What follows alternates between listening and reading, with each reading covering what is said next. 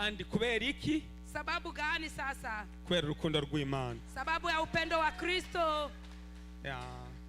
Imana ishimwe cyane. Amen. Reka rero tuje muri gahunda yacu uno munsi. Acha tuingie katika mpangilio wetu wa siku ya leo. Ndashimiye mama kiongozi ahagarariye worship team, ahagarariye uburirimbi muri rino torero. Namshukuru Marta kwa kuongozea makwaya za kanisa. Hata ukijisema kama uko kiongozi hautakuwa unakosea. Marta hatumjue, tunajua kiongozi we. Ni msaidizi wa makwaya. Bwana Yesu asifiwe sana. Amen. Yatwugururiye inyigisho. Alitufungulia mafundisho tugiye kubandanya tuzosangiraho, ambayo tunaendelea kwa kusaidiana kufundishana. Kandi mbonereho no gusaba abandi bigisha bose bijambo ry'Imana dusangiye umurimo wo kwigisha hano mitore. Na nikisi kila mwalimu tunayeshikamana kwa kufundisha hii mafundisho. Dufise itorero rimwe, tunayo kanisa moja, ubuyobozi bumwe, uongozi umoja, n'icerekezo kimwe, na mwelekeo ni umoja. Amen. Amen. Ndabinginge mukurikire urutonde rw'ubuyobozi bw'itorero. Nikiwasihi mushikamane na uongozi wa kanisa. Murampezagira iyo muriko murigisha. Munanibariki wakati munapofundisha. Ariko muranahezagira n'itorero. Na munabariki hata na kanisa. Mugabe bizaba byiza kurusha. Lakini itakuwa vizuri zaidi igihe mwigishije ibintu ubuyobozi bw'itorero bufise ku rutonde. Wakati mtakapotembelea katika uongozi ambao uongozi imeandaa. Kandi mbonereho no gusaba. Na nikiwaomba tena, ufite ikintu uvuguti ikintu Imana yakiko vraiment ndemera mwuka wera imikorere yiyo. Kama una namna vile uongozi wa Roho Mtakatifu, sababu unakubali yampamagaye niyo yabahamagaye. Nakubali Roho wa Bwana aliyeniita nanyi aliwaita. Intumbero yayo nimwe. Na mwelekeo wetu ni umoja. Ariko dukoresha mu buryo butandukanye. Lakini Bwana atumikisha tofauti. Bisobanure rero ko inamaanisha nini? Ufise ikintu wumva atari bya bindi by'ikirokore ngo Imana ngo yambwiye ngo. Ukiwa na jambo isipokuwa kuzidi ambayo warokore wanazidi, Bwana ameniambia hivi. Ari Imana yaguhaye mu bushobozi bwa Mpwemu Wera. Na ni Bwana amekupatia katika uongozi wa Roho Mtakatifu. Come to me. Uze iwanje. Ingubimbwire. Uniambie. Ico kirahagije kugira ivyari dufise kuri urwo rutonde uwo munsi bibe bihagaze, kuko n'urutonde rurerure. Inatosha, sababu yale ambayo tunayo ni mwelekeo mrefu. Imana ntizayisubirako. Bwana hajirudieko. Mugabo itanga imigisha mu nzira nyinshi. Lakini Bwana anabariki tofauti. Na cyane cyane ko tuyikorera mu itorero rimwe. Na zaidi vile tunavyotumika katika kanisa moja. Nico gituma kuzosubiriza icyo Imana yaguhaye uwo munsi ntibizaba bisobanuye yuko Imana yisubiyeho. Ndio maana kwa kutoa hile Bwana amekupatia haitakuwa kusema Bwana amejirudia yako. Ariko mbinginga ngo tugira urutonde dukoreramo. Lakini nikiwasihi tuwe na mwelekeo ambao tunatumikia ndani. Bwana Yesu asifiwe sana. Amen. Bwana Yesu asifiwe sana. Amen. Imbere yuko soma ijambo ry'Imana, mbele ya kusoma neno la Bwana, agoma manze mbatere inkuru imwe. Ninataka waelezea historia moja hivi. Nkiri umwana naruka, ni wakati nilikuwa niko mtoto na nikikomaa, nakuze hari amaradiyo yaragezweho cyane. Nilikomaa kulikuwa radio ambayo zilikuwa zimetoka za kisasa. Imbere hari Panasonic. Mbele kulikuwa hiyo chapa ya Panasonic. Hanyuma haza Sony. Na nyuma ya hapo kukakuya Sony. Hanyuma haza radio yitwa Philips. Na badala hapo kukakuya radio ambayo inaitwa Philips. Ariko izo zose, lakini hizo zote nubwo zari ku isoko, hata kama zilikuwa kwenye soko, hari radio, ubwoko bw'iradio bumwe bwari buyoboye ayo moko yose. Kulikuwa radio moja ambayo ilikuwa imetawala zile zote. Iyo niyo bita National. Ilikuwa Radio National. Amen. Amen. mu kuja kugura rero ayo maradiyo aba basaza Kwa kwenda kununua hizo redio hao wazee, yarabanza akabaza ubwoko bw'iradiyo yamunyuze gusumba izindi. alikuwa akianza kuswali kalite wala namna ya redio ambayo iko kisasa zaidi ya zengine. Hariho izavuga naho wayijana mu mwonga yarafata umurongo. Kuna zile ambazo ulikuwa naingia hata kwenye shimo inashika kabisa connection. Hari izindi washiramwe amabeteri cyangwa amabuye ukazibagira ko washizemo. Kuna zile zingine ulikuwa natia charge wala pill ina kama inaisha na inanyamaza itasema. Hakaba izindi mu kuvuga yavuga ijwangarara umengo ni, na kuna zingine zilikuwa zikisema umengo nyene yaheza amabeteri kandi harimo amashashi. Unawaza kama ni debe ambayo iko nasema. Izo zose rero ingene ibintu byazo byahinduka, na namna hizo zote mambo yalikuwa ikibadilika byaturukana n'igihugu yakorewemo. Ilikuwa natokana na mahali inchi ambayo imetengeneza. Ico gihe kugira ngo ubone ibintu byakorewe mu Bushinwa hariya kuri ariya masoko ntibyari byoroshe kuko nta babigura. Ile wakati kupata kitu ambacho kinatoka ndani ya nchi ya China kilikuwa hakiuzane kabisa. Kubera iki? Sababu gani? Kubera ko byari fake, ntibabyemera, byari ibintu bisuzuguritse, bipfana ingoga, bitagira ikintu na kimwe umuntu yabishima. Sababu made China ilikuwa natoka ikiwa kabisa fake pirate yenye haina maana ya kufa. Kandi byagura ubusa. Na ilikuwa kiuza kidogo sana. Ariko abantu ntibabyerewe. Na watu hakuwa na vipenda. Umuntu asanze Radio Nationale naho yabigura amafaranga igihumbi. Kico gihe amafaranga igihumbi yico gihe ngira ni $3 vy'uno munsi. Wakati ule hata ukute radio ya Nationale kikuwa nauza 1000. Ahubwo banza nukurenga bitatu $, amafaranga igihumbi yico gihe ashobora kubaho ugari nk'ibihumbi 10 $10 by'uno munsi. Ilikuwa sawa sawa na $10,000 azima siku. Umusaza yaremera agatanga ico gihumbi agatwara Nationale, ariko asanze za zindi radio zimwe za butugu n'izindi ziri hariya zigura ubusa ntiyareba ntiyatora. Mzee alikuwa akichukua hiyo radio Nationale sababu alikuwa anaona ni ya maana, alikuwa hawezi akaona huo umade ya China ambao buna uza hata pesa kidogo. Bwana Yesu asifiwe sana. Amena. Reka nsabe umupasiteri umwe ngaho utubonera tugiye kubandanya inyigisho zo mu rwandiko Paulo yandikiye Tito.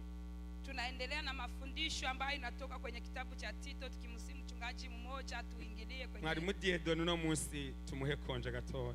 Tumupumuzishe Diedone kidogo. Bwana Yesu asifiwe. Amena. Na Pastor Elijah ategure kudusomera mu Kiswahili nta kibazo. Na mchungaji Elia atatusomea kwa Swahili. Mara umwanya mutosobanura ariko ndasaba ngo umwe wese atega ugutwi ijambo ry'Imana dusome. Tafsiri kwa machache ila namsihi kila mmoja kwa tayari kwa kusikiliza. Kadusome kuko kugeza ku 9 barahasomye ubushize, 6 ku 9 uyasomye rimwe kugeza kuri 5, ubushize yasomye kuva kuri 6 kugeza ku 9, uno munsi dusome kuva ku 10 kugeza ku 16. Leo tutasoma kuanzia 10 hadi 16. Umwe dusomere mu Kinyarwanda undi dusomere mu Kiswahili. Tasoma Kinyarwanda. Duchunguze umwanya umwete kwa kuharakisha muda. Tito. Amen. Igice cha mbere, igice ni cha mbere. Tito 1:16.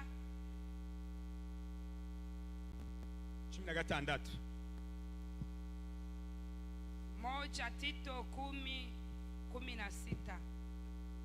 Dusome mu izina rya Yesu. Amen. Urwandiko Paulo yandikiye Tito ibice cya mbere umurongo wa 10 kugeza kwa 16.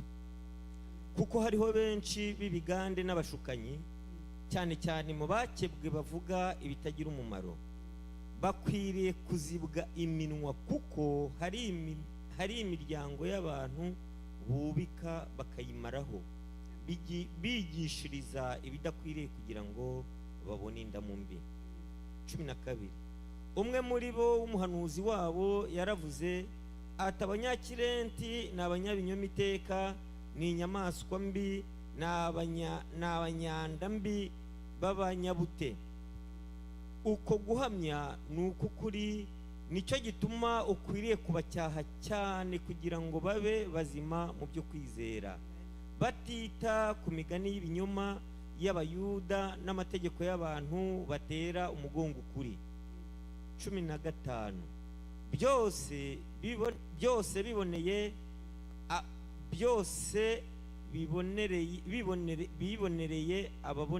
bibonereye ababoneye, nyamara nta kibonereye abanduye batizera, ahubwo bononekaye ubwenge n'imitima yabo. 16 bavuga yuko bazi Imana ariko bayihakanisha ibyo bakora.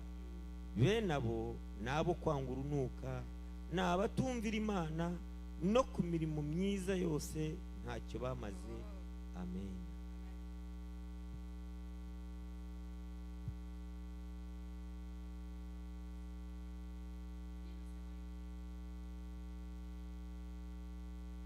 Kwa maana kuna wengi wasiotii, wenye maneno yasiyo na maana, wadanganyaji, na hasa wale watohati, ambao yapasa wazibwe vinywa vyao.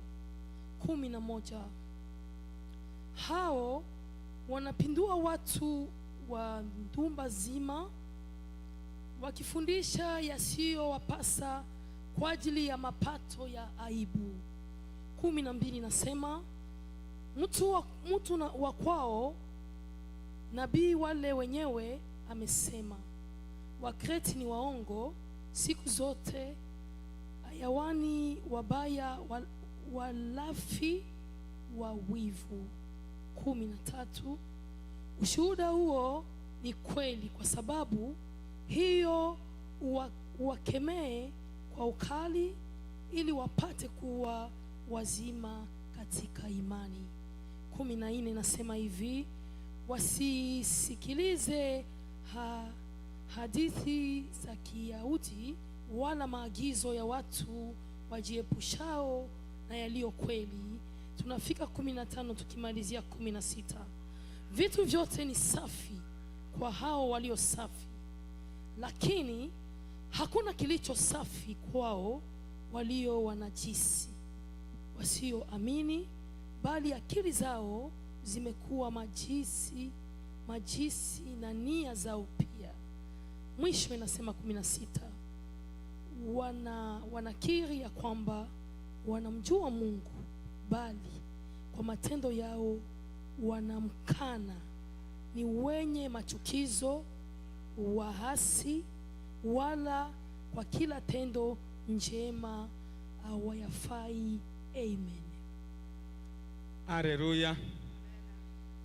Nta namashimwe mpera Imana kubw'ijambo ryayo kwera.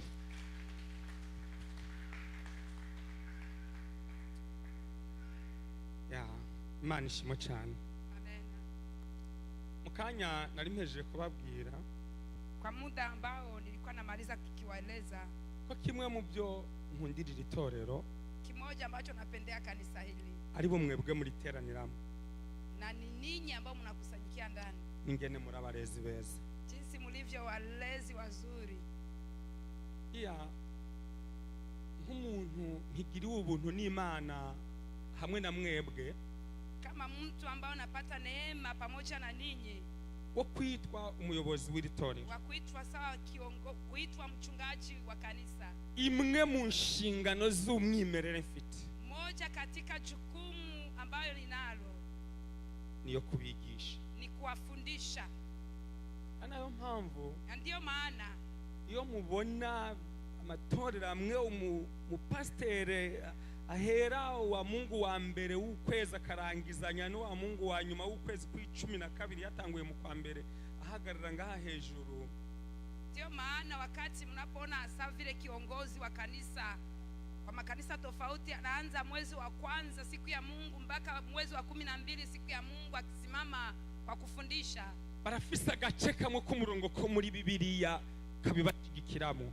ana kasehemu kamoja katika Biblia ambako kanamwendesha wala nakaendea ako. ariko ahantu abigisha b'ijambo ry'Imana dukunda gupfira, Mahali sasa walimu wa neno mahali wanakufia. twama twibagira ko ijambo ry'Imana ritwigisha ko ivyanditse muri iki gitabo byuzuzanya kugira ngo bidufashe gutahukirwa neza ico Imana itugombaho. Tunasahau kama maandiko ambayo yanayoandika kwenye kitabu hii ni ujumla wa kuelewesha na kueleweshanya yanayoandikwa ndani. Niyo mpamvu nk'umuyobozi wanyu, Ndio maana kama vile kiongozi wenu, uburyo bwiza numva ko mbigishamo kandi mvugamwo mu butumwa bwiza, namna nzuri ambayo naona kufundisha wala kutoa injili vizuri, ikivugo cy'itorero ryacu, misio ya kanisa letu wala lengo niyo kugwiza intumwa ni kujaza watumishi wanafunzi zihinduwe n'Imana, kujaza wanafunzi waliobadilishwa na Mungu kugira ngo zimenyekanishe, ili wapate kujulikanisha, zifashanye mu guhindura isi, zisaidizanye kwa kubadilisha dunia.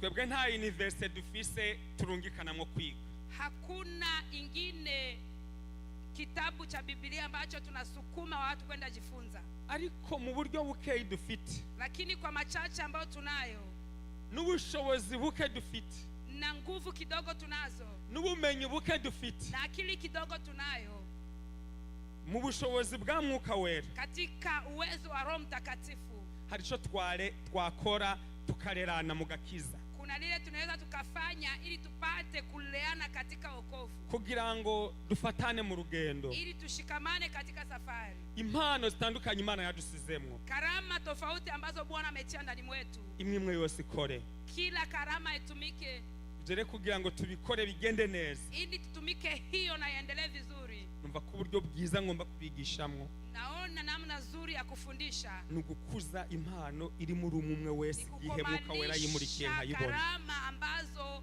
Roho wa Bwana amegawa katika kila mmoja. Niyo mpamvu mbashimira cyane Ndio maana nawashukuru sana uburyo tubikorana, namna tunavyotumika pamoja. ubu ntabwo wanshobora kugira mvuye ngaha naho nogenda ahantu mara amezi 3 ntari kumwe namwe ngaha. Hapa sina jambo lolote naweza nikaogopea, hata kama naweza toka marepa na maliza miezi 3 nisipokuwa mahali. Nkuko nama nayo babwiye, Vile navyowaeleza, n'umukristo umwe muri mwe bwo muri ritorero hata mshirika ndani yenu mwa kanisa ashoboye guhaguruka agatangiza amateraniro, ana namna ya kusimama kuanzisha makutano kandi akayasoza akayarangiza, na anamalizia kabisa. kuko iyo niyo uretse ko nkuko nama ndayo babarira, Lakini vile ninavyoendelea kwa kuwaeleza, ikidutandukanya kinachotutofautisha ni inyito ni vile tunavyotajana wala kuitana, amatitre, namna tunavyozidishana. kandi izo nyito nazo ivyo twitwa muri rino torero canke mu yandi matorero yose ngaha mw'isi, Na hiyo kuzidishana kwa majina nta numwe bizahesha ijuru. hakuna ambaye itapatia mbingu. Ikizaduhesha ijuru Ile ambayo itatupatia mbingu ni kimwe Yesu yigisha mu butumwa bwiza Matayo yasubiyemo mu gice cya 7, ni jambo ambayo Yesu alifundisha katika Mathayo sura 7, hanyuma ngo saba vuga ngo mana ngo bazobona ubwo bwaje, ambayo inasema wanaosema Bwana Bwana sio ambao watakaopata ufalme wa mbinguni, ila wale ambao waliofanya nini? Wanaofanya mapenzi ya Baba. uretse abakoze ugushaka kwiwe.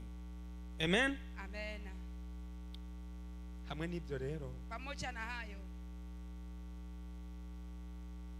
iri jambo Paul yavuze, neno ambalo Paulo amesema, somwe ngaho muri 13:14, 16 naribabwiye hejo bundi igihe mperukira kwigisha ngaho, nilizungumzia mahali siku nilikuwa kama mahali hapa nikifundisha. Paulo ahantu hose yagiye kuvuga ubutumwa, Mahali pote alihubiri, imbere yuko ahaguruka ngagende, mbele ya kusimama na aende, ikintu yakora jambo alikuwa akifanya, kwari ugutoranya abazehe b'itorero alikuwa akiwachagua wazee wa kanisa, bose bagashira amavi hasi wote wanapiga magoti hamwe nawe, pamoja naye, akabasengera, anawaombea, akabaturaho imbaraga zitangwa n'Imana, anakiri baraka ambazo zinatoka kwa Bwana, kwemegwa n'abo batoranirije ngo bayobore, na kukubaliwa na wale ambao wamechaguliwa kuongoza, n'amavuta ya Mwuka Wera wo kubaha ubwenge bwo kwigisha inyigisho zitagira amakemwa, na mafuta ya Roho Mtakatifu ambayo itawawezesha kwa kufundisha mafundisho ambayo hayana uchafu wowote. Bwana Yesu asifiwe. Amen. Paulo nivyo yongeye guhanisha Tito ngaha. Hilo ndilo Paulo alimshauri tena Tito, ngahamakiye cyane, akamwambia kembea sana. Ahamakiye yani ahane yihanukiriye, akamwambia kemea sana abantu bose bigisha inyigisho z'ibinyoma, watu wote wanaofundisha mafundisho ya uongo. Yavuzemo ibintu byinshi bitandukanye ngaho. Alisema maneno mengi katika umurongo w'icumi na rimwe babisomye ngaho twabyumvise birimo. 11-14 mmeyasikia tumeyasoma.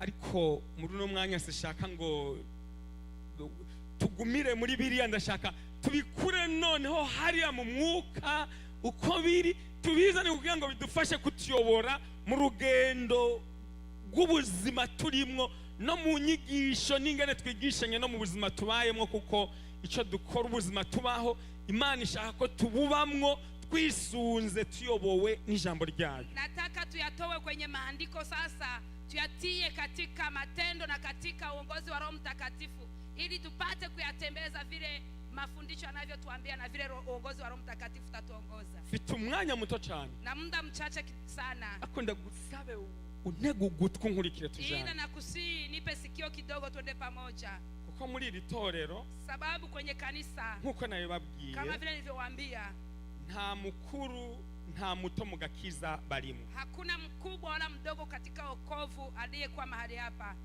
Izi nyito z'ibyicaro byatugize imbata mu murimo w'Imana, nivyo vyonyene gusa bizana ubudasa hagati yacu. Hizi majina ya vyeo ambazo limetufanya wafungwa wala watumwa ndiye inayotuleta na kutuharibu. Ariko icyo Paulo yabwiye abizera bose ni kimwe, lakini Paulo alichoambia waamini ni kimoja. Yabicishije kuri Timoteyo, alipitiza kwenye Timoteyo, rwandiko yamwandikiye rwa kabiri, katika hii shairi ya pili, igice cya kabiri umurongo wa kabiri, 2:2. amubwiye ati, akamwambia hivi, kuko ivyo wanyumvanye n'ivyo wambonye hozo, yale ambayo umesikia kwangu na yale ambayo yaona kwangu, nivyo nakuye ku mwami wacu Yesu, niliyatosha kwa Bwana wetu Yesu Kristo. Ntuzagire isoni rero, usisikie aibu, uzahagarara ushize amanga, simama bila oga, nawe uzareba butoranyije ubona ko babikwiriye kubihabwa ubibagezeho.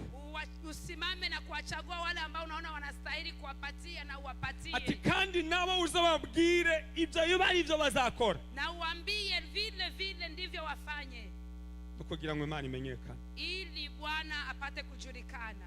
Nkoresheje Bwana kinitumikisha, ukamenya icyo shaka kumenya, inkoresheje ukijua kile ambacho Bwana ataka sema kwa kunitumikisha, na ugikoreshe mu kugenda kukimenyesha abandi, na wewe ukitumikisha kwa kushirikanisha wa wengine. Kubera ko izo nakubwira atari ibitekerezo byanje, sababu nilokuelezea sio mafikiri yangu, ariko ari ukuri nakuye kuri Yesu Kristo, ila ni kweli ambayo nimetosha kwa Yesu Kristo, mbikuye muri iki gitabo gitagatifu, nikitoa kwenye kitabu kitakatifu, kuko kirimo ubuhamya, sababu mna ushuhuda. Muri Timoteyo 2:16, Timoteyo 2:16, 2:3:16, ngo ivyanditswemo byose, inasema maandiko yote yanayopatikana kwenye kitabu, intumbero y'Imana ni iri mu mico itatu. Shabaha ya Mungu ni sehemu tatu: kutwigisha, kutufundisha, kuduhana, kutushauri, no kutuganisha ku nzira yo gukiranukira Uwiteka, na kutuelekeza katika njia ya uaminifu. Uko nukuri kwa Yesu Kristo, hiyo ni kweli ya Yesu Kristo. niyo misiyo yamuvanye mu ijuru muzana mu isi. Wakati Yesu alipotoka mbinguni na kuja duniani, niyo mpamvu Paulo yamubwiye Timoteyo ati, uko ivyo wambonanye n'ivyo wanyumvanye bya bihugu byose wambonye ngenda gukora mu ivugabutumwa, bijya ntibyari ibyanje nanjye nabikuye ku mwami wacu Vile Yesu Paulo Kristo. alivyoambia Timotheo, yale ambayo uliona ndani mwangu nami niliyatosha kwa Yesu Kristo mfalme wetu. Paulo rero yongeye agaruka kuri Tito ngaho. Paulo akakuja tena kwa Tito mahali Si mu gihe uzaba urimo gukora ibi byose, na akamwambia wakati utaona ukifanya haya yote, mu gihe uzaba uyoboye itorero, wakati akuiongoza kanisa, mu gihe uzaba uri kuravuga ubutumwa, wakati akuwa ukitoa neno, wigisha ukifundisha abo wegeranije, wale ambao umewakusanya, ubarinde. uwachunge. Uwarindisha iki? Uwachungishe nini? Kureba abigisha b'ibinyoma muri bo. Kuchunguza manabii wa uongo katikati yao. Ti uko muri abo Sababu katikati ya wale harimo abaryanisha imiryango, kuna wale wanayokulanisha wala kugonganisha mafamilia, bavuga ibinyoma bibi, wakisema uongo mbaya, bankisha abakristu bakabankisha abandi bakristu bagenzi babo, wakileta chuki, chukiana wakristo na wenzao, bigisha inyigisho zituma itorero ricikamwe ibice, wanaofundisha mafundisho ambayo yanaleta kanisa kugawanyika, n'ibindi byose bituma izina ry'Imana risuzugurwa, na mengine yote yanayoleta jina la Bwana kudharauliwa, kandi bikozwe n'abitwa ngo nabigisha bakagombye kwigisha abantu mu kubaganisha mu nzira yo gukiranuka Uwiteka, inayofanywa na wale ambao wanaitiwa ya kwamba ni wale wangeliweza kuongoza watu kuwapeleka katika Bwana. Hariho ikintu nshimira abantu dusangiye kuvuga ubutumwa muri no torero. Kuna jambo ambayo nafurahia wale ambao tunachangia kwa kutoa neno ndani ya kanisa hili. Hariho ingwara imwe yaradutsemwo, kuna magonjwa fulani ambayo ilikuwa imejitokeza y'abantu bigisha ugasanga bahagarara ngaha bifatira abantu mu mutwe ngo bazanwa mu itorero no gushaka ngo imfashanyo imisada. Kuna wale ambao walikuwa wakisimama kwa kwanza kusema watu wanakuja kanisani sababu ya kutafuta misaada, kandi babajije uwo bahaye umusada ngo ninde, nta numwe bakwereka, na ukauliza nani aliyepewa misaada, hawatakuonesha ni nani. Ndashimira Imana kandi ngashimira abo twigishanya bose kuva ico kintu mbasavye kive mu basenga Imana kibavemwo kitazongera gusubira kuvugwa muri ritorero, nongera gusubira kucumva ngaha. Nashukuru Mungu sababu tangu niliwasii ile jambo itoke ndani mwao, hakuna yote aliwahi tena kusimama akasema hiyo neno. Kada karagasuzuguro ka Satani, hiyo ilikuwa madharau ya shetani. Dushimira Imana ko rero mucecekesheje imyuka ihumana akayikuraho ntiyongere kugira uwasubira kuyinyuzaho ngo ayigeze ku bwoko bw'Imana. Tunamshukuru Mungu anayanyamazisha pepo za shetani zinazopitia katika watu kwa kuwachanganyikisha. Jewe nihereye ko ndabakunda kandi ndabubaha cyane. Nilishaanzia ko nikisema nawapenda tena nawaheshimu sana. Ndazi ico yubatwara, imbaraga yubatwara, aho biva aho binyura kugira ngo ikirengo kikure mu rugo guno munsi muri uno mwanya ube wicenga uri kurumva ijambo ry'Imana. Najua namna unavyotoka na mahali unapotoka kwa kufika ndani ya nyumba ya Bwana, kutoka nyumbani kufika mahali hapa na kuikala ndani ya nyumba ya Bwana. Kubakunda afite ukuri ko kubakunda cyane. Wapenda nina kweli ya kuwapenda zaidi. Kuko ibyo byose ntawe byaciye intege, ntawe byabujije kuza gusenga Imana. Katika haya yote hakuna aliyeregea kwa kuja kuomba Mungu. Kuko mwari muzi ko muza gusenga Imana ico kibazana mu itorero atakindi. Sababu mlijua inayowaleta mnakuja kuomba Mungu. Imana bampera umugisha mwinshi cyane. Bwana wabariki sana. Hari indi nyigisho nsaba guhera no munsi ntifuza kuziga numva umwigisha numwe ahagarara ngaha hejuru ngagiye kuyigishirizaho. Kuna ingine fundisho ambayo nasihi na nazungumuza mbele zenu, sipendi wala sitaki tena nisikie kuna mtu anayesema mahali hapa. Hiyo kabisa naikemea kwa jina la Yesu, hikongere gusubira kumvikana muri ritorero. Iyo ndaichashe mu izina rya Yesu, siongezake tena kusimama mahali hapa na kusemeka tena. Nazongera hagarara ngaha hejuru ngagiye kwigisha avuga amacakubiri ngaha muri ritorero. Mtu wa kusimama tena naanza sema mambo ya baguzi ndani ya hii kanisa. Uzarivuga rimwe nta rya kabiri uzongera gusura kuvugiraho ngaha. Utaisema limoja, hakuna mara pili utasimamaka tena hapa kwa kuongoza simama. Harahama cakubiri ari izo nyigisho zikwiriye kuza kwigishwa singaha muri ritorero. Kuna mahali ubaguzi uko, hizo hazistahili tena kusimamiwa mahali hapa na kusemeka. Harahinjira abantu bava hamwe gusa ata muntu numwe ava handi hanashobora kuza kubivangamo. Kuna mahali kuna kusanyikia mtu mmoja ambaye hakuna mwingine anaweza kajichanga ndani. Harahinjira abantu bavuga ururimi rumwe gusa uvuga urundi rurimi udashobora kuronka umwanya wo Kuna kubinjira. mahali watu wanakusanyika ni lugha moja, hakuna lugha nyingine inaweza kaingia ndani. Harahinjira abazungu gusa ata muntu adasa n'abashobora kugenda kwinjiramo. Kuna mahali kunaingia mzungu pekee, hakuna rangi nyingine inaweza kaingia ndani. Abo ntabwo aribo turi muri rino torero. Sisi hatuko wale ndani ya hili kanisa. Inyigisho nk'izo ni iz'ibinyoma muri iri torero. Mafundisho haya ni ya uongo ndani ya kanisa hili. Nizisenya ntabwo ari izubaka. Za kubomoa sizo za kujenga. Ahantu hari amacakubiri ni haba abantu baba nk'abonzi mu bamwonga. Mahali ya ubaguzi hakuna ninachokijua ndani ya hii kanisa. Ahantu hinjiramo n'umuntu avuga ururimi aruvuga rumwe, abandi bose bagaheba nuko bavuga bagaca baja kuvuga ururimi rwiwe. Abo wambarira ngo n'abanyamacakubiri ukabahagarara imbere ubagiriza ubabwira yuko ari abanyamacakubiri. Mahali kuna kusanyikia hata mtu mmoja wa lugha moja, lakini wanamkaribia ili wapate kuzungumza lugha yake, lakini unakuja waeleza ni watu wa ubaguzi. Narabibonye inshuro irenze inshuro zirenze zibiri. Nimeichunguza sio moja sio mara pili. Aho hazamo umuntu avuga icongereza ngaha ari umwe. Kuna kuja mtu anaongea Kiingereza kiwa mmoja. Twese tugahindura tukaja kudendekeranya indimi dutafuna indimi tubivuga. Sote tunabadilisha, tunaanza eleza na kuzungumza lugha ili tusaidiane kwa lugha ambayo hatujui. Nushaka kumbarira ko abantu nk'abo barimo mu macakubiri. Usinieleze kama watu kama wana mambo ya ubaguzi. Izo ni inyigisho zicanishamwe abantu. Hizo ni mafundisho ya kuachanisha watu. Chikindene nikize chongere gusura kuvugwa mu ngaha muri Genesis. Hilo neno lisirudirie tena ndani ya kanisa la Genesis.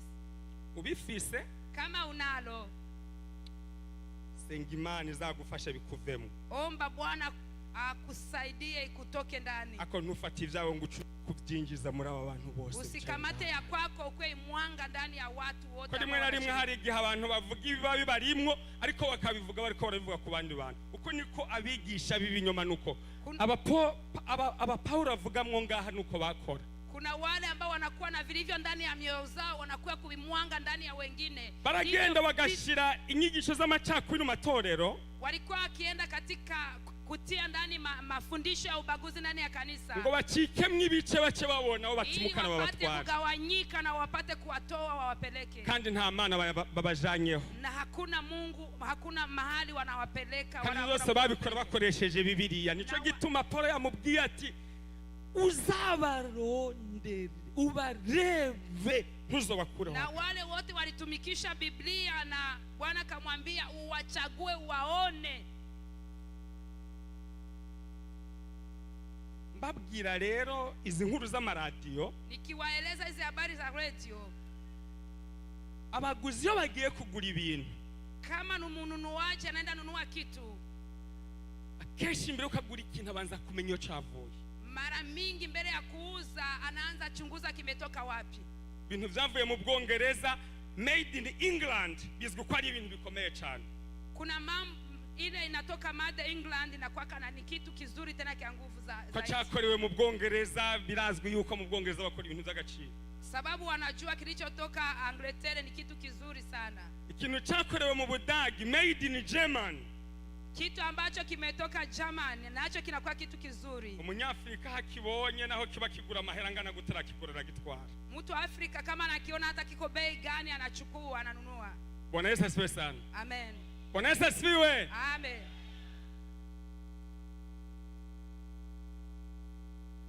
Muzi impamvu yari? Unajua sababu ni nini? Biriya bihugu byubatse izina guhera kera. Hizi inchi zilijenga jina tangu zamani. Ntibagura ibintu kubera ko biba bikomeye. Hawanunue vitu sababu viko nguvu. Ahubwo babigura kubera babikoze. Wanavinunua sababu wamevitengeneza.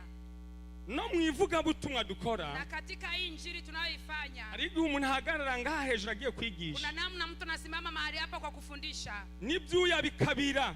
Jasho inamtoka. Bikabira gose nyene gose hanakomesheje nabigishe nababwiye nuko mutumva. Jasho inamtoka kabisa, naanza sema nimewaambia, nimewabomora, niwapasua kabisa nijue wasiki yake. Ariko simenye neza yuko, lakini sitajua kama, simenye neza yuko, sitaelewa kama mbahagaze imbere ndiko ndabasebera imbere ntabizi. niko najiaibisha mwenyewe mbele yao. mwandangije kera, Umenimaliza na kunikata mai zamani. simpejeje kubwiriza, Si nimemaliza kuwaambia. sidusohotse ngaho hanze Nafika nje. ngo bijya byo byose we yarakwiye kubyigisha pe, ngo bituma bivugwa n'uwundi basi. Wanaanza sema yale amehubiri hangelistahili hata kuyasema kabisa.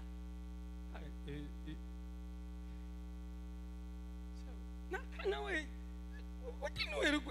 Ule naye anasimama pale anaanza sema vyenye alisema. kera Zamani walisha kusukula. abakozi b'Imana, Tumishi wa Mungu abigisha b'ijambo ry'Imana, wanaotoa neno, dufite inshingano ikomeye cyane tunayo jukumu la nguvu yo sana kurinda impano Imana yaduhaye, ya kuchunga zawadi ambazo Bwana ametupatia, kugira ngo itorero abo twigisha bayibyaze umusaruro. ili kanisa wale ambao tunaowafundisha tupate kuitoa ndani matokeo mazuri. Yavuze Paulo aha, Paulo amesema hivi, bavuga ibintu wanasema mambo, bakabivuga gusa, wanayasema tu, bakerekana ko ari abantu bazi Imana, wanajionyesha wanajua Mungu, ariko batemera ubushobozi bwayo. lakini hawakubali nguvu zake. Bigisha abandi ibyo nabo badashoboye gukora, Wanafundisha wengine yale ambao nao wenyewe hawawezi kuyafanya. bigisha urukundo Wanafundisha upendo, ariko nta rukundo nao bagira, hawana hata kidogo. bigisha guca bugufi Wanafundisha kunyenyekea, ariko mu kwiduza nabo barehana na japo bamwe. wanajiona juu ya wengine. Bwana Yesu asifiwe sana. Amen. Iyo uhagaze imbere uri kurigisha, Kama uko nafundisha mbele ya watu, kandi babwire acha niwaeleze, ntabwo nari kuri gahunda yo kwigisha no munsi, sikukuwa kumpangiwa kufundisha siku ya leo, nari nashatse kwigisha ibi bintu je, wala sikupenda nifundishe hii maneno, kubera ko nzi ko ngaha harimwo abigisha. Cyo gituma ntabwo wangira bwo gupanga umuntu kuko ikintu cyeje cyose, kuko twigira hamwe, turigishanya, turabana muri byose. sababu sie sote tuko watoto katika mafundisho. Ariko umwigisha ari kwigisha no munsi, mu gatondo yasabye ngo ndamufashe kubera yuko ntiyumvise neza, ko yumvise atabirimwo neza. Alinieleza nimsaidie siku ya leo, anajisikia haiko ndani vizuri kubera imirimo myinshi afite, sababu ya kazi nyingi anazo. aje ariko nababwira niki, Lakini nachowaeleza ni nini? umwigisha w'ijambo ry'Imana, Mwalimu wa neno, nta jambo na rimwe adakwiye kwigisha, hakuna neno lolote ambalo hawezi akafundisha, kuko Imana si twebwe ntiyigisha twebwe, sio sisi ambao tunafundisha. Hapana, dushobozwa na Mwuka Wera. tunaongozwa na Roho. Nta wundi numwe. Mwuka Wera ngaha mvuyemwo nasigara ngaha ndabatuka, ntango kwabwira ngo ndabira ngo ujya mutwe wujya muntu ngo nge numeze Roho wa Mungu akatoka ngo ndabira ngo uriya nawe umwe ngo yicaye hari. Roho wa Bwana katoka ndani mwangu, nitaanza kuwatusi nikisema ona kichwa ya ona vile Mwishuka ngira ngo ndiko ndavuga ivy'Imana ngaha, kumbe kera yamvuyemo ndiko ndarogotwa nivugira ibyaje ngaha nazo. Najidanganya ati niko nasema maneno ya Mungu, kumbe nishachanganyikiwa, niko naongea sio stahili. Mwuka Wera udushoboza, Roho wa Bwana anayetuongoza, nta gitabu na kimwe atazi, hakuna kitabu nta ambacho gice na kimwe atazi, hakuna nta murongo n'umwe atagufasha gusobanura. Hakuna shairi lolote ambalo hawezi kutusaidia kutafsiri. Ibyo byoba biruko gusa, Inezi kwa hivyo kawaida, hamwe n'abanigisha ibyanje ntariko ndigisha iby'Imana. kama niko nafundisha ya kwangu sifundisha ya Mungu. Iby'Imana umusobanuzi wabyo n'uyu umwe, Yaliyo ya Bwana tafsiri yayo ni moja tu, ni Imana nyenebyo ni Mungu mwenye nayo, na Mwuka Wera yarungitseho kugufasha kubisobanura ngo ubyumve sukuma yapate kukuongoza kutafsiri hayo ambayo umepewa na Niyo Bwana. mpamvu tugomba kuba makini Ndio cyane. maana tunapasha kujihadhari sana. Hari igihe duhabwa ijambo tuza kwigisha Na ngaha, namna tunapewa neno la kufundisha, tugasanga tuzanye ubuhiri, dutanguye twigisha tukarinda dusoza turi kwihondagura, tukaza kuva ngaha twabaye intobaruhu twarusha. inakuwa tunapewa neno tufundishe mahali hapa, tunachukua fimbo tunaanza jipiga piga si wenyewe, na tunarudia tumechoka. Shimire abayobozi b'itorero, Nashukuru viongozi wa kanisa, abakozi bose n'abadiakoni, abantu bose dukorana umurimo ngaha, watumishi wote kwa ujumla tunaoshirikiana pamoja kwa kazi, abitabiriye akamo ko gukurikirana inyigisho, walioshikamana sana kwa kuendelesha hizi mafundisho.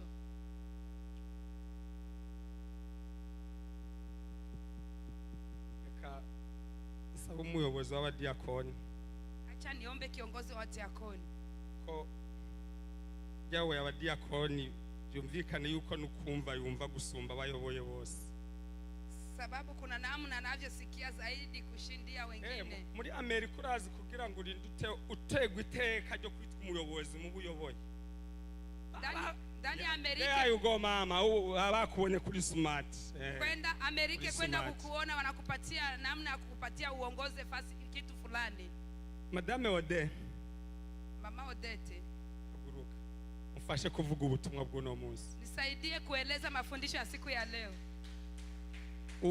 Uyu numwe mu bakozi dukorana umurimo. Huyu ni mmoja tunayetumika naye kazi ya Mungu. Kuva dutangira inyigisho. Tangu tulianza mafundisho. Nta munsi numwe arasiba. Hajashinda hata siku moja. Zose yazibayemwo kuva umunsi dutangirira. Yote anashiriki tangu tulianza mafundisho ya watumishi. Madam. Tumaze igihe kitari gitoye turiko turiga twigishanya nk'abakozi b'Imana. Tuna muda ambao tumekuwa nao tukikamata muda wa mafundisho ya watumishi. N'uwundi mukanya yitegure ndahagurutse uwundi. Nataka nitasimamisha hata na mwingine sasa hivi. Sinababwiye twe turi abakozi, amen. Niliwaelezea sisi ni watumishi. Abakoresha bacu ni bande? Aba bicaye ngaha ni abandi bo bakoresha bacu abangaka. Twe turi abakozi babo. Sisi ni watumishi wafanya kazi. Si wavuze ko turi abagaragu. None umuntu aba umugaragu adafise ababereye umugaragu wabari. Imana guha umugisha wakoze cyane. Muranumviriza navyumvise. Amen. Amen. Madam, munyigisho tumaze kwiga z'abakozi. Katika mafundisho ya watumishi ambao tuko najifunza. Muvyo wigishijwe ikintu umaze gukuramo wobwira ishengero nk'indangagaciro yoba yagufashije gutera intambwe mu murimo uvuga uti iki ni kintu nakuyemo kandi ninkigenderamwo nzokura mu murimo n'igiki. Jambo ambao umetoa katika hii mafundisho ambayo unezi ukatoa kama mafundisho na mwelekeo inasema hii ninaisimamia kabisa itakuwa mwelekeo wa kutembelea ni ya wapi? Haleluya. Amina. Ijambo ryamfashije ariko urarinsobanurira ni ijambo ryitwa fati. Neno ya kwanza ambayo imenisaidia lakini taitafsiri ni neno ambayo inasema fati. Kuba wewe kijambo fati bisobanura yuko uzi nico risobanura. Mu banyamerika uvuze fati ubutukanye. Munyamerika umubwiye ngo ni fati mwo kwiruka n'ibirenge bigashuha kabisa bigacika. Ukasema fati na unachambana. Basobanurire bataragutera amabuye. Iryo jambo fati risobanura iki gamada? Tutafsiria fati na tafsiri nini? Efe ni faithful bivuze bisobanuye ngo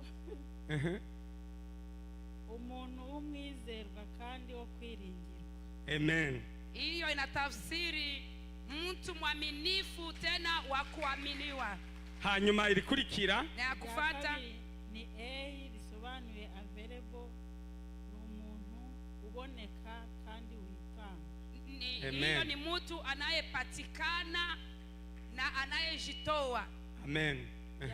Ya gatatu ni bivuze teachable, umuntu wemera kwigishwa kandi wemera uhugurwa. Amen. Ni mtu anayekubali kufundishwa na anakubali kushauriwa. Imana guhumugisha. Bwana akubariki. Mushimirire Imana kubwa Madame Odette. Nashukuru kwa ajili ya Mama Odette. Ubu n'umuyobozi mwiza uko ndumva ko afite impugura zahuguza abayoboye. Ahubwo bazaba kunyongerera iyindi manda y'indi myaka 5. Amen. Huyu ni mwalimu ambaye anapasha simamia wenye anaongoza lile anapasha kuwapatia. Bwana Yesu asifiwe sana. Amen. Umwanya sikire ngu nzofata uwundi na uwundi munsi. Na siku nyingine nitachukua mwingine. Wewe utsindiye igihembo cy'amadolari 100 no munsi. Leo unashindana kwa leo siku ya leo. Bwana Yesu asifiwe sana. Amen. Ndakunda kwigisha abantu bumva. Napenda nifundishe watu wanaosikia. Tena bagashyira mu bikorwa ibyo baba bigishije. na wanatia katika matendo lile ambao wamefundishwa. Aho umuyobozi w'ikigega Madame Odette no kumwandikira icheke y'amadolari 100. Kiongozi wa Amen. kesi atoshaye mama Odette cheke ya 100. Yeah, kuko ibyo tuzobigaruka kubutaha. Hiyo tutairudilia kwa siku ijayo. Abigisha b'iki gihe, Walimu wa siku za leo, ikindi kintu kibagira abigisha b'ibinyoma, kinachowafanya kuwa walimu wa uongo, bakunda kwigisha gusa. wanapenda wafundishe pekee, Kwigishwa ntibabyereka. lakini hawapendi nao wafundishiwe. That's very dangerous. Hiyo ni hatari Cyo ni ikintu giteranya ubwoba cyane. na inaleta woga sana. Mu ndwi mara mu murimo, Katika wiki ambayo namaliza kwenye kazi, tegerezwa kugiramwo amasaha 28. napashwa kuwa na saa 24, Ni ukuvuga umunsi wose, ijoro n'umutaga. mchana yote na usiku wote, Nterateranyije amasaha, nikikusanya kwa masaha zote. ngomba kugira amasaha 28 mu ndwi yose nagize na spendinze muri Bibiliya, ndiko ndasoma Bibiliya. Napasha kuwa na hiyo siku yote, mchana na usiku, ambao nimeandaa kwa kusoma Biblia. Kandi aho buri ndwi fise n'uwundi mwanya ngomba kujamwo kuja kwigishwa. Na katika hiyo wiki yote, kila wiki na siku ambayo naendaka kupita kwenye mafunzo wala kufundishwa. Ibyo simbikora kubera ko mafite umwanya. Si kwa sababu nafanya hiyo yuliko na muda. Ni discipline. Hiyo ni kujipatia heshima wala utaratibu. Kuko ntabikoze, Sababu nisipoyafanya, ibyakunda ko mbana namwe. haitawezekana nibaki pamoja nanyi. Mwibaza ko ahantu dukura imbaraga zo kwihanganira ibigeragezo duhura nabyo muri uwo murimo ni hehe? Munawazia mahali tunatosha nguvu za kuvumilia hii mambo majaribu tunayopitia, tunaitosha wapi? Turindwa n'icyanditswe cyonyine gusa. Tunachungiwa na maandiko peke yake. Urankorera ikintu kankwaza, ukamvuna, ukanzambagiza, Unanitendea kitu na nisema na nichafua na kuniharibu, ukansuzugura, ukankuba na zero, ukanyira ko ntacyo maze, unadharau na kanyaga vile unavyotaka, vile sistahili. Bwanaca nibuka iyo naho ntababwira icyanditswe, hari indirimbo abanyarwanda bahora bakunda kuririmba kera ku radio, nahora ndayumva. Kuna wimbo mmoja Wanyarwanda walikuwa wakiimba zamani, nilikuwa nikisikiliza. Bangwereka na Yesu naho yari umwana w'Imana, bamugeretse ibyaha atigeze akora. No munsi mumvise ku ijwi ryanje rya 16 bana. Hiyo wimbo inasema na Yesu naye walimubebesha mambo ijapokuwa hakufanya hata dhambi yoyote. Yore nibutse ko na Yesu yari umwana w'Imana. Wakati napokumbuka vile Yesu yeye peke yake alikuwa mwana wa Mungu, bikagera naho bamubamba kandi nta byaha yakoze, ikafika hatua anatundikwa na hakufanya dhambi, nzafata ibyemezo bitari byo, na kamata maamuzi ambayo hayastahili, nzangenda ukutariko, natembea vile havistahili, nzamvuga ukutariko, nazungumuza vile haistahili. None ugomba kumvuga yawe urahampera koko? Sasa wakunisema atakosa mahali pa kunisemea. Iyo nibutse rero ko n'umwana w'Imana yari umutagatifu, napokumbuka vile mwana wa Mungu alikuwa mtakatifu, ariko isi tamwihanganiye, lakini dunia haikumvumilia. intuma naho wakora ibintu bingana kuko na gute, ntabwo wantuma nkwanga jewe. Inaniletea hata unezi ukanitendea jambo gani siwezi nta nikakuchukia. kimwaro nka wakora cyatuma ndakwanga. Hakuna jambo unezi ukanitendea itaniletea kukukataa. Uzanagerageze Na ujikaze na ujitahidi ujaribu. ntacu uzaronka kizatuma jewe ndakwanga. Hakuna chochote kachonifanya cha kunileta kuko kukukataa. icyo wantekereje ko cyose, Sababu lile ambalo umewazia yoyote, ufise icyakiguteye. kuna namna ilikuletea kuifanya. Uwera ni Imana yonyine gusa. Mtakatifu ni Kristo mwenyewe. Fise heshi wahera hatuma untora inenga umvuga cyangwa untekereza. Kuna mahali pengi unaweza kanianzia kwa kunichafua na kuniharibu. Cyo ngusaba gusa ni kimwe. Ninachokiomba ni kuomba ni kimoja. Mpamahigo yo kuba umumaro mu buzima bwawe nta kindi. Nipatie bahati ya kukua wa maana katika maisha yako. Bwana Yesu asifiwe sana. Amen. Bwana Yesu asifiwe. Amen. Ijambo ry'Imana niryo ritulinda. Neno la Bwana ndilo linalotulinda. bakozi b'Imana mugomba gufata umwanya ntimuve mu mwuka, ntimuve mu mavuta. Hajya niho hari inkomezi, niho hari biturinda honyine gusa. Watumishi wa Mungu mkamate muda, msitoke kwenye mafuta wala katika Roho Mtakatifu. Yesu ageragejwe ari mu butayu.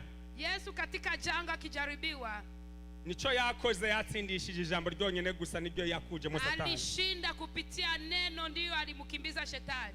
Biblia uyisomye no munsi, Biblia ukasoma leo, ukuri ni kumwe, kweli ni moja. ivyivugura vyibuka, Kile ambacho inasema utakikumbuka, naho biruka hamenya, na mahali inaandikwa utapajua. ariko ico bisobanura ntihagire ukubuza, ntihagire ukubaza si ibyawe. Lakini nayo tafsiri kusikwa kukuuliza sio ya kwako. Kuguma mu ijambo ni cy'ingenzi, Kubaki katika neno ni ya maana.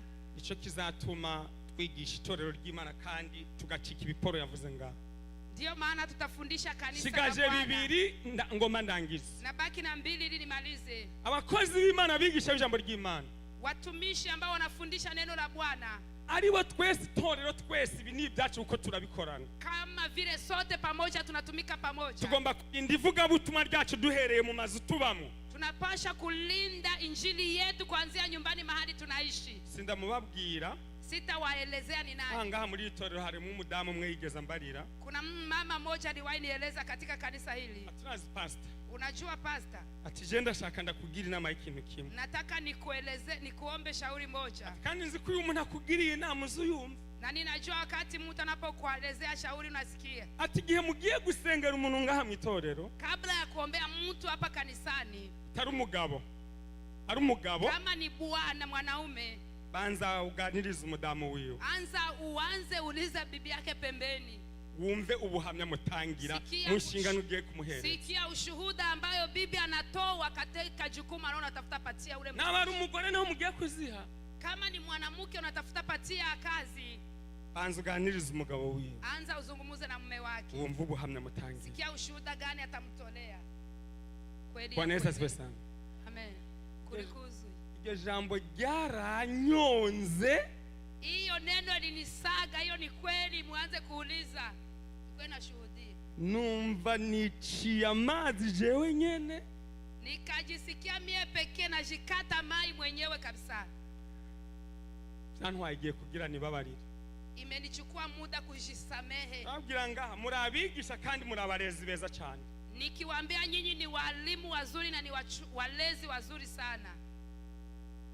Ushaka kuza kuvuga ubutumwa ngaha, Hauwezi ukasimama mahali hapo katoa neno. waraje umugore wawe cyangwa waraje umugabo wawe kurya musonga, Umelalisha mke wake wala mume wako kwenye mwiba.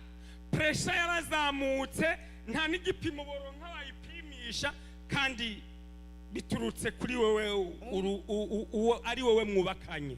Ulimupandisha presha hata na vipimo vimekosa vianzie wapi kupima, ijapokuwa ni wewe mbaye mnajenga na umemfanya. Hanyuma uje ngaho ukaza wuzuye amavuta kabisa, Na unakuja umuriro uwunguruma ku mutwe n'igisenge na cyaje. unafika mahali hapa na vifukutu, moto ikiwaka kichani, hata na nyuru nyumba iko na waka. It doesn't work like that.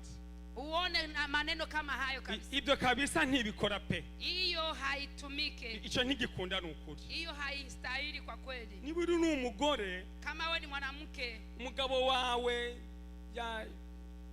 yabaye niryo bivanye n'ubwiganze bwawe mu nzu, na mume wake alibakiaka hivyo sababu ya kujitawala na kujikamata kubera ko ashaka amahoro kandi ashaka abana biwe bakure bari kumwe na se wabo na mama wabo. Anataka salama ili watoto wako yiha amahoro, yiha amahirwe yo kwibanira n'abana, ajipatie bahati ya kuchunga watoto wake. yarihanganiye byose, Alitulia na kuvumilia yote. ukaza wavuse kabisa igikwembe wagifunze kabisa, wagifunze ikanzu waryambaye n'inzara z'amano zitaboneka, ukaza ngaho ku mutwe wafunze neza, ukaza ngaho gasimba umutwe ukubita hari utwicisha za haleluya za amen. Unakuja umefunga vikwembe, majipe, vitambala na haleluya za kuruka za murambararo.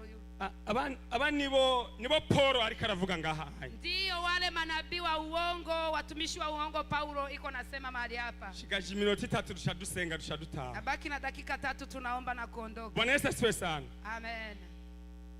Ibyo nta mahoro bitanga mu rugo.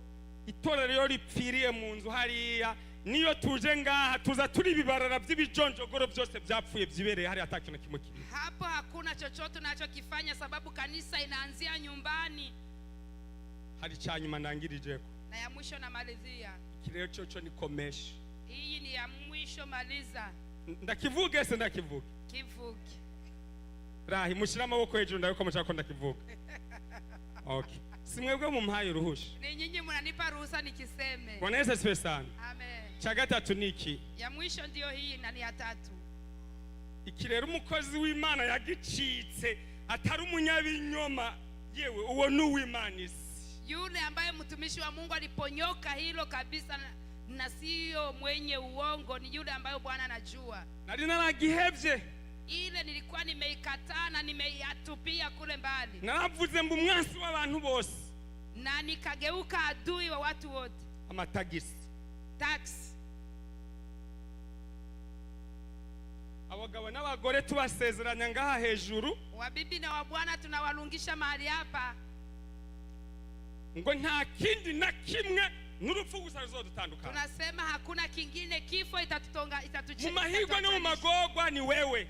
Katika mabaya na mazuri ni wewe. Utunze ukenye ni wewe. Maskini na utajiri ni wewe. Ugwaye ukomeye ni wewe. Ugonjwa uko mzima ni wewe. Wari utaraza muri Amerika. Ulikuwa hujafika Amerika. Umaze kugera muri Amerika. Bishafika Amerika. Kwezi kwa 12 kwa mbere kwa kabiri. Mwezi wa 12, mwezi wa kwanza na wa pili.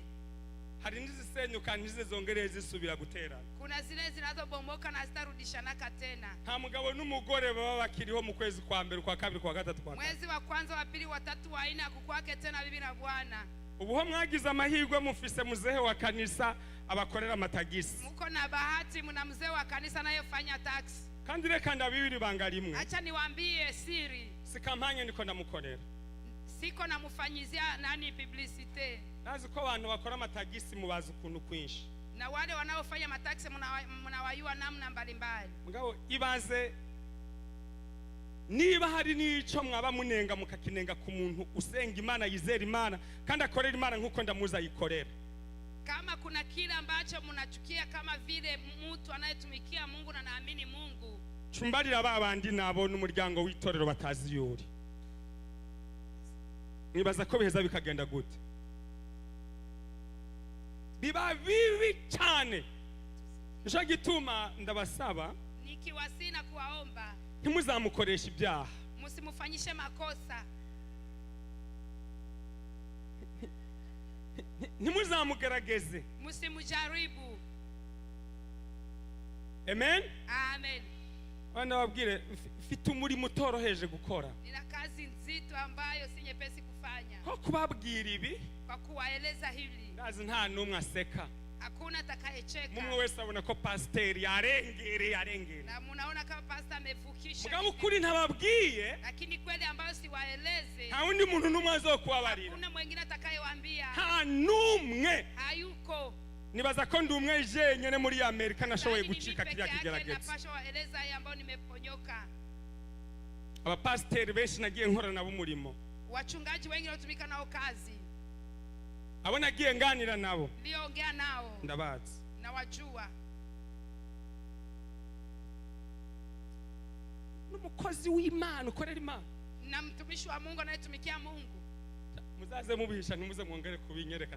Muze mwiranje sinzabimenya. Mukwena ni vicha msikwena nionyesha. Pastor nizosura kumenya ko akora amatagisi kuri umugore wiwe.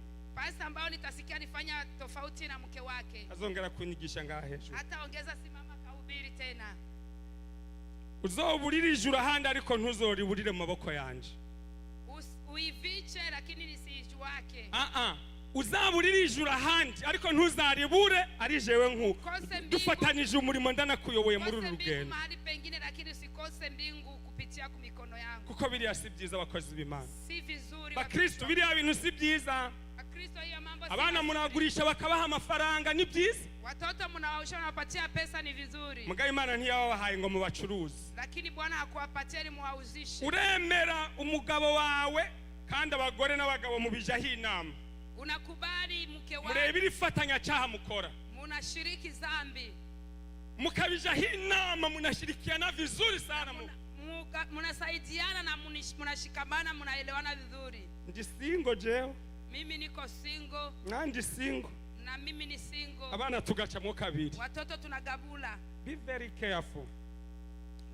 Imana irabarebera babona. Bwana nawaona, angalisho. Iyo wasambanye uramenya ko wasambanye ukaja Kama kwihana. umezini, unajua umezini. Iyo wibye uramenya ko wibye ugasubiza iby'abandi. Umeiba, unajua Iyo umeiba, witwaye unatubu. nabi ibindi urabimenya ko wabikoze ukamenya uko wigenza. Kafanya kosa, unajua umeifanya na unatubu. Ikintu nta muntu n'umwe agikora abona yuko ari icyaha ariko arakora. Na hili hakuna Ahubwo abatabikora ni barabajinga nibo batazi ibintu.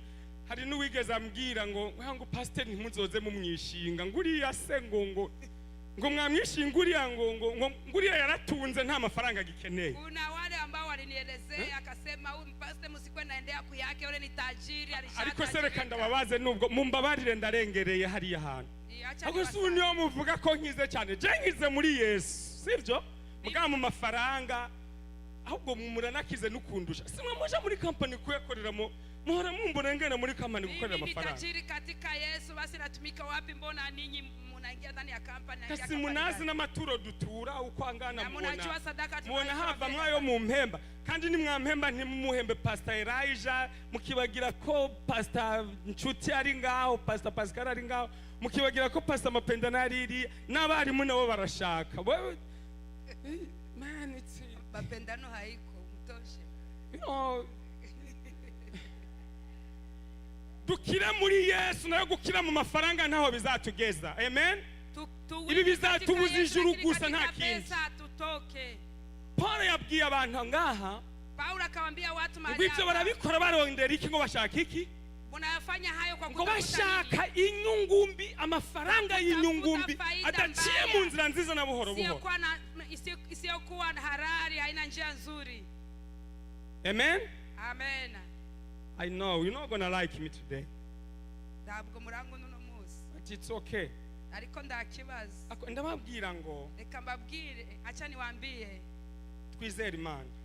Tuamini Mungu. Tubayeho kubgayo. Tunaishi sababu ya Mungu. Ntabwo tubayeho kubw'amafaranga. Si juu ya pesa ndio tunaishi. Kweli turakeneye amafaranga. Ndio tunahitaji pesa. Simbihakana. Sikane wala sikatae. Nico gituma fashanya namwe mu bibaho byose bishoboka kugira ngo ubuzima bw'umwe bwo wese bubandanye. Ndio maana nasaidizana nanyi kama vile inavyo hitaji. Abakozi b'Imana dukorana umurimo batarose umwanya nkagomba nkakora amasaha 28 kugira ngo nzibiri icyuho baje kurondera imibereho y'imiryango. Kama watumishi wa Mungu wamekosa muda na nafanya namna yote nazuia ili wapate namna. Kwa ngomba kuba umurokore ngo ndenze urugero. Siwezi kuwa murokore wa kupita kiasi. Ikintu cyose ugikoze ukarenza urugero kiba kibi. Kila jambo lolote ukapita unafanya kiasi. Tugomba kumenya ko dukeneye amafaranga yo kwishura amabirizi kuko dufise menshi. Tunajua tunahitaji pesa za kulipa mabiru ni mengi. Ngabo turondera amahera aciye mu nzira nziza ni hazaza n'umugisha mu miryango yacu no mu itorero ryacu. Tafute pesa zilizo halali ndipo baraka zitaingia katika familia zetu. Bwana Yesu asifiwe sana. Amen. Dashoje ndarangije. Namalizia hapo. Amen. Amen. Dashoje ndahejeje. Namaliza. Ako bakozi b'Imana. Lakini watumishi wa Mungu. Nababwira muri itorero yo mvuza abakozi b'Imana. Ndani ya kanisa hili likisema watumishi wa Mungu. Mvuga pastori. Nazungumzia pastor. Mvuga mwalimu. Mzee wa kanisa. Mudiakoni. N'umukristo wese duterana. Na mshirika yoyote tunayokuwa naye mahali hapa. Ko twese turabavuga butumwa. Sote tu wapasha habari njema. Amen. Amen. Paulo aratuvunira urugohe. Aratwibiye ibanga no munsi. Paulo anatutoshea siri siku ya leo. Abwiye Tito abantu nkabo ati ko ntababwiye urubanza runzaho. Akamwambia Tito, watu kama hao waambie, sababu nisipowaambia hukumu ni kwangu. Nari gushiraho ni cha 4 ni cha 5 ni cha 6. Ngetia ya 5 na ya 6 na ya 7. Ariko sivyo bica bituma byose bica bigenda neza. Lakini haitaleta haya yote yanaenda vizuri. Kuvuga menshi siko kuyamara. Na kusema mengi sio kumaliza. Izi nyigisho ntizoroshe kuzigisha itorero ry'uno munsi. Hii mafundisho si nyepesi kufundisha kanisa la sasa. Abukebuke. Kwa kweli. Sabye imbabazi wana komerekeje. Amen. Amen. Na naomba msamaha kwa yule ambaye amekwazika. Sijewe mvuze izo natumwe. Mimi nimezungumuza niliyotumwa. Amen. Amen. Amen. Amen. Uwantumye ni papa wanje, ni papa wanyu, ni data wacu wo mwijuru. Aliyenituma ni baba yangu, baba yetu. Ibi vyagezwe niwe yabishize ngaha, niwe yavyanditse. Na hii maandiko ni yeye aliyeyaandika. Ntimwemere kwicamwe ibice kubera ifaranga z'amatagisi. Sikubali kujigabura sababu ya pesa za mataksi. Amen. Amen. Ntirubu urugo mu gice kimwe cy'umwaka, mu kindi gice cy'umwaka umugabo agaca bukwiwe n'umugore agaca bukwiwe. Sionekane unyumba wa nusu ya imwe mu ngaruka simusiga zabyo, moja katika haya yote, imwe mu ngaruka zabyo simusiga, moja katika matokeo ya hayo biri gutuma abana banyu benshi barangiza za segonderi ntibagende kwiga za college. Inaletea watoto wamoja wanamaliza high school hawataendelea kusoma college. Wibaze kubona umwana wawe yari afite ubwenge mu ishure azareka kuja kwiga kaminuza kandi leta yomufashije kubera inyifato ya mama wiwe na papa wiwe. Mwahisemwo kurondera amahera kandi hakazogera n'igihe aja mu ishure n'uwakubaza n'ibihumbi na 15 kuri konti atavyufise ngo ushobore, kandi naho wowe wifise ishure ryo ngahaje abana mfite amashure bigaho umwana ariho amahera make mu mwaka nangahe madame?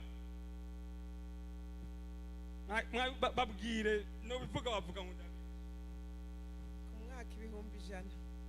uwo n'uri hamaki Kwa watoto ninao mtoto anale pesa ibihumbi 100. 100,000. Rero ibyo ntimubikore gusa kubera ko dushaka kuja mu ijuru, ahubwo no kugira ngo n'abana bacu baze barijemwo mukorosha ubuzima bw'imiryango, twirinde ibyaha biturutse ku mafaranga, kuko ibituma tuba mu byaha ni byinshi. Mugabe ikifaranga pe mbinginge ntikijemwo, kugira ngo duha amahirwe abana bacu nibarangiza za segonderi bazoje muri za kaminuza, baze kuziga borohewe. Leta ibishurira, kuko leta kugira izibishurire wujuje ibyawe nawe ukuzuzwe, kuko barabibatuma barabibasaba, nitegeka ateza kubitanga. Rero sabye imbabazi itorero, nabatwaye umwanya mwinshi kandi mvuze menshi. Imana imbabarire namwe mumbabarire, kandi mwakira ijambo ry'Imana mu izina rya Yesu. Mama adusenge, mama sengera ijambo. Urakoze mana yacu, urakoze mana uri mu ijuru, urakoze papa ukuntu tugiriye neza. Mana wewe uri Imana nyamana, uri Imana ugira neza, uri Imana utuyobora, uri Imana utwigisha. Nuhabwe icyubahiro wa Mana we. None ndasengeye umukozi wawe, ukomeze kumugirira neza, ukomeze kumwambika imbaraga, maze ahakuye aragabanukiwe, ukomeze kuzuza Mana, kugira kundi munsi azaronka ibyo azagaburira ubwoko bwawe. Urakoze Mana kuri ndiho, urakoze ko wumva kandi uri nyishu, kandi ukomeze kumwambika imbaraga. Ni mu izina ryawe ryera Yesu Kristo. Amen.